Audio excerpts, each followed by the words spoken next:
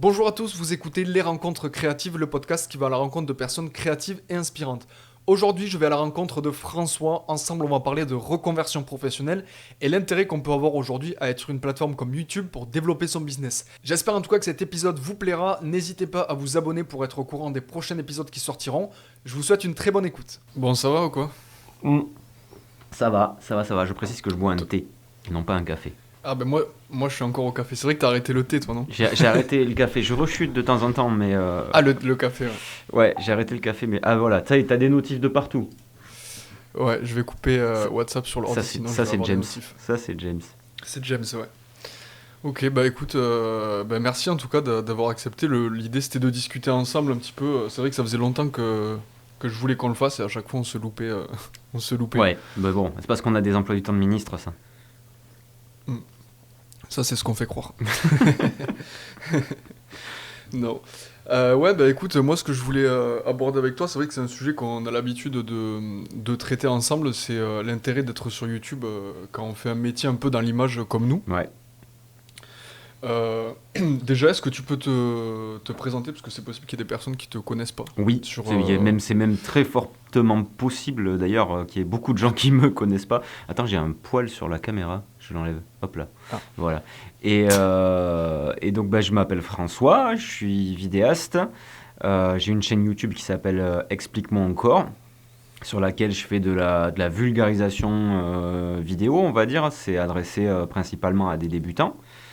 Et donc à côté de ça, j'ai ma petite boîte de prod pour laquelle je fais des prestations. Alors ça va du film d'entreprise au clip, au film de mariage, plein de petites choses comme ça, toi, tout ce qui est événementiel, promotionnel. Ok. Et t'as pas toujours été dans la vidéo, du coup, t'as eu une reconversion à un moment. Ça fait combien de temps que tu étais dans la vidéo là? Ça fait 2 ans. Ça fait 2 ans. 2 ans. J'ai eu plusieurs vies avant. J'ai été prof des écoles pendant 10 ans. Ok. Voilà, c'était ma première vie, donc un métier que j'aimais beaucoup et pour lequel j'ai d'ailleurs toujours beaucoup de respect parce que c'est pas évident, Et puis C'est clair, surtout aujourd'hui. c'est ça, c'est ça. Enfin, j'imagine, je suis pas dans l'éducation, mais j'imagine. Ouais, moi je suis un petit peu de loin, ça a pas l'air simple pour les anciens collègues. Et voilà, et ensuite, comme j'ai tourné un peu en rond, au bout d'un moment, je suis parti enseigner aux États-Unis. Ok, c'était en quelle année ça? C'était en 2015. C'était en 2015 à San Francisco. D'accord. Donc super expérience. C'était vraiment Ah oui, je crois que tu m'en avais parlé. ouais, c'était vraiment génial. Et à mon retour, en fait, j'ai travaillé pour Microsoft dans leur branche éducation. Voilà. Et Sur de la formation, c'est ouais, ça? de la formation d'adultes, de la formation de profs. Donc ça a toujours été, si tu veux, l'enseignement un petit peu dans mon ADN, comme on dit dans les startups américaines. Euh, Ouais. et puis pendant ce temps où je bossais pour Microsoft, j'ai été amené à faire des vidéos justement type tutoriel principalement pour les profs, et je me suis un petit peu piqué au jeu, et j'ai vraiment développé une passion pour la vidéo. Et Ça permettait quoi en fait? C'était d'avoir un support pour expliquer les choses aux profs voilà, ouais, c'est ça. qui suivaient les formations en C'est fait. ça, il y avait des logiciels notamment qui n'étaient pas toujours hyper intuitifs, ou que les profs ne savaient pas forcément manipuler, donc je faisais des tutos là-dessus. Et au début très D'accord. basique, avec vraiment les moyens du bord et tout ça. Et puis ça m'a poussé justement à vouloir faire mieux, juste par amour de la chose, on va dire, parce que j'étais pas obligé d'avoir un truc hyper léché, mais j'avais envie. Et donc je me suis auto-formé principalement sur YouTube et au contact d'autres vidéastes. Donc j'ai pas suivi d'études particulières. C'est un truc qu'on me demande souvent, ça. Quelles études t'as fait pour faire de la Ouais. vidéo? Je n'en ai fait aucune. Et je pense que c'est un métier, comme tout ce qui est artistique, parce qu'au final ça reste de l'art, qui peut s'apprendre sans faire d'école en particulier. Je dis pas que les écoles servent à rien, hein, loin de là. Mais il y a plein de ressources sur Internet. Il faut savoir faire le tri aussi, parce qu'il y a plein aussi de conneries sur Internet.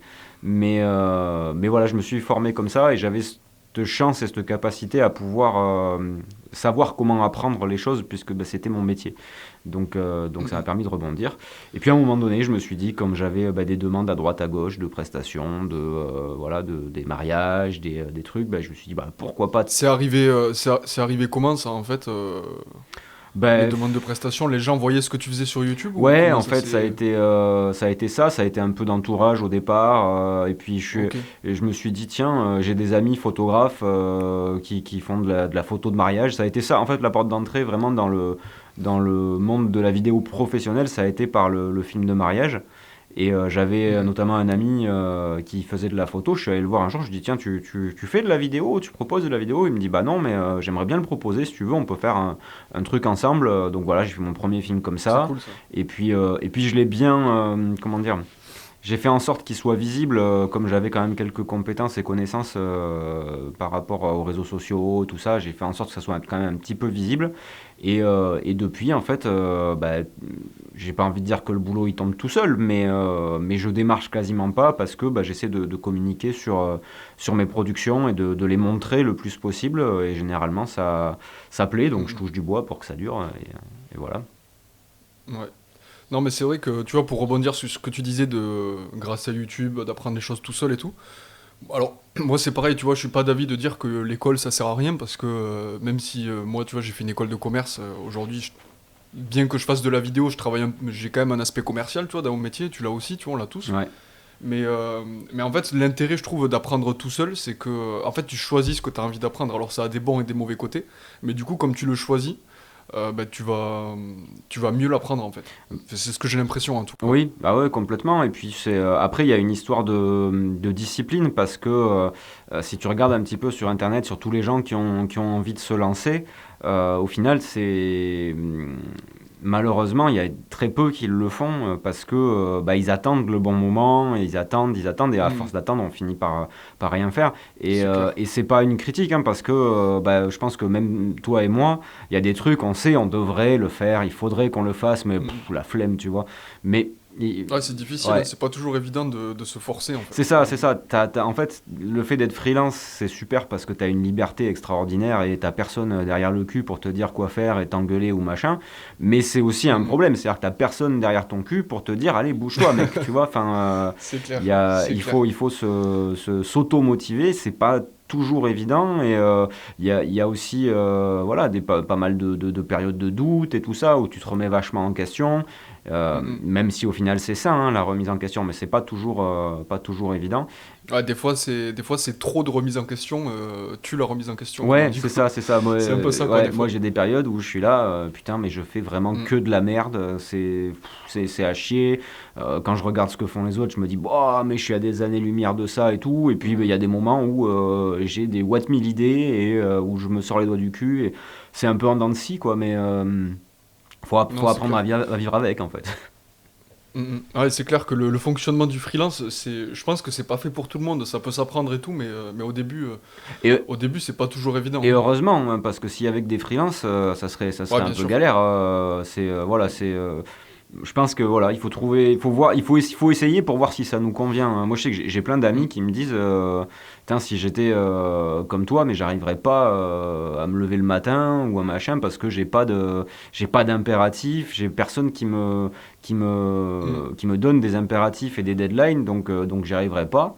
Et moi, de mon Ah, côté, j'ai du mal aussi à me plier aux impératifs. Donc, du coup, je pense que c'est une histoire de tempérament. Et puis, c'est ça. faut de tout, quoi, hein. Puis comme tu dis, faut l'essayer parce que je pense que quand tu l'as pas vécu, en fait, t'as toujours cette image du gars un peu qui est chez lui et qui fait un peu ce qu'il veut quand il veut. Mais c'est pas toujours vrai non plus parce que t'as certains trucs, des projets à rendre, etc. Et tu peux pas te permettre de dire, bah ça, je m'en fous, je le ferai la semaine prochaine. Ah ben au final, moi je sais que j'ai jamais autant travaillé en termes horaires que là, hein. Je sais Mm, que quels que soient les jobs dans lesquels j'ai été, que ce soit dans la fonction publique ou 35 heures et tout ça, enfin là on explose tous les compteurs quand on est freelance parce que non, c'est voilà, clair. et on s'en rend pas forcément compte parce que on est comment dire, on est est dans notre passion, donc il y a plein de trucs qu'on fait, qu'on aurait fait de toute façon. Mais au final, c'est du boulot, quoi. C'est du boulot, tu vois, rien que de poster des trucs sur les réseaux sociaux, bon, ça peut paraître hyper futile et tout ça, machin, mais ça fait partie du boulot. Et au final, quand tu regardes dans la journée le temps que ça te prend de poster, de répondre, tu vois, de faire... t'es là, 1, 2, 3 heures, ah ouais, ok, bon, ça prend du temps dans la journée, quoi. Ouais, puis souvent les gens qui disent moi je pourrais pas faire ça aussi, c'est parce qu'ils ont pas la notion du métier passion. Et quand c'est vraiment un truc que t'aimes en fait, tu vois pas le truc comme une charge de travail chiante à faire, tu le fais parce que tu kiffes en fait. Donc il y a pas de souci de se lever pour faire un truc que t'as envie de faire, C'est et que ça. t'aimes de faire. Moi, ça fait ça depuis que j'ai commencé, j'ai l'impression entre guillemets d'être en vacances. J'en parlais l'autre jour, je sais plus avec qui, mais ah ouais, mais moi, j'ai pas envie de me trouver une planque. J'ai dit ah non, Mhm. quand je te dis en vacances, c'est pas une planque. J'ai jamais autant bossé de ma vie, mais je me lève le matin et je vais faire un truc que j'aime. Voilà, et je suis C'est ça. libre aussi de créer ce que j'ai envie de créer, j'ai du temps, bon, le temps il passe hyper vite du coup, hein, on le rentabilise, on reste pas à rien foutre, mais c'est plutôt cool quoi. Mhm. Et justement, là, je vais rebondir sur ça. Tu parlais tout à l'heure d'intégrer les réseaux sociaux à ton business, même si ça paraît pas toujours être du travail. Euh, Il y a pas longtemps, là, tu as lancé une formation via la communauté que tu as sur YouTube, mais une formation pour apprendre à monter des vidéos sur Final Cut. Ouais. C'est ça. Du coup, aujourd'hui, l'aspect YouTube, au début, c'était plus un truc à côté de ton boulot.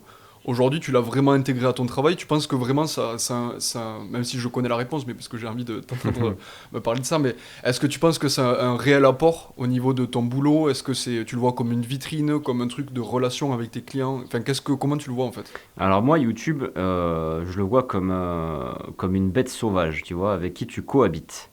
C'est-à-dire D'accord, que, c'est-à-dire, intéressant. ouais, c'est-à-dire que YouTube, c'est super et c'est super dangereux. Dans le sens Mm. où moi je sais que j'ai conscience que le fait que ma boîte fonctionne, c'est en partie lié Grâce à à YouTube. YouTube parce que je sais que j'ai des contrats qui sont arrivés parce que les gens ont vu ma chaîne YouTube, ont vu ce que j'étais capable de faire Mm, mm. et ça fait partie voilà, de mon business. Il y a une autre partie aussi qui est purement sur Instagram ou purement sur du bouche à oreille aussi en local. Je travaille pas mal en local et c'est vrai que là-dessus, comme en plus on n'est pas très très nombreux dans mon coin, le bouche à oreille fonctionne bien et tout. Donc YouTube, c'est une partie de ce business-là. Pourquoi je pense que c'est une bête sauvage sur laquelle il faut toujours garder un œil, c'est parce qu'on peut très facilement en fait se laisser happer par YouTube. Ouais, c'est vrai. Et ça, c'est un truc que je remarque chez tout le monde. C'est-à-dire qu'il y a une espèce de... Tu te fais griser en fait quand tu as un petit succès sur YouTube. Tu te dis c'est bon, c'est lancé et du coup tu veux aller plus loin. Mais au final, Mm, quand mm.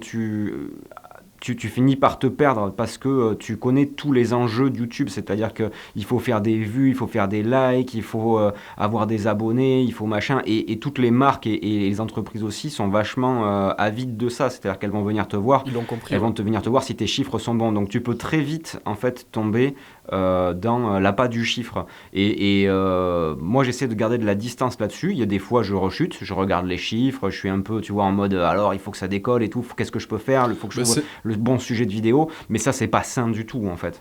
Mm. C'est pas sain. Après, c'est toujours intéressant de voir d'un point de vue juste stat ce que ça a généré, etc. Mais c'est vrai qu'il faut pas juste s'accrocher à ça parce qu'en fait, je pense que tout l'intérêt dans YouTube et dans la création de contenu, faut juste se souvenir à la base pourquoi tu l'as fait, tu vois. Ouais. Et au début, il n'y a pas les chiffres. Donc, Ouais, mais quand tu vas voir tes stats, même par pure curiosité, tu peux voir, tiens, est-ce que ma vidéo elle a fonctionné? C'est très difficile de pas tomber, tu sais, le petit oui. précipice. Tu vois, t'as la bête qui te regarde, tu te dis, tiens, je vais aller la caresser, elle est gentille et tout, et puis tout d'un coup, paf, elle te mord la main, tu vois. Et en fait, et ça, c'est un truc que tu remarques chez plein de youtubeurs, en fait. Il y a eu une vague, en fait, de youtubeurs qui parlaient du burn-out et tout là-dessus. Mm. Mais c'est quelque chose à prendre vraiment au sérieux parce que, même, je te le dis, je pense que toi, c'est pareil, il y a des moments où on se laisse complètement happer par le jeu.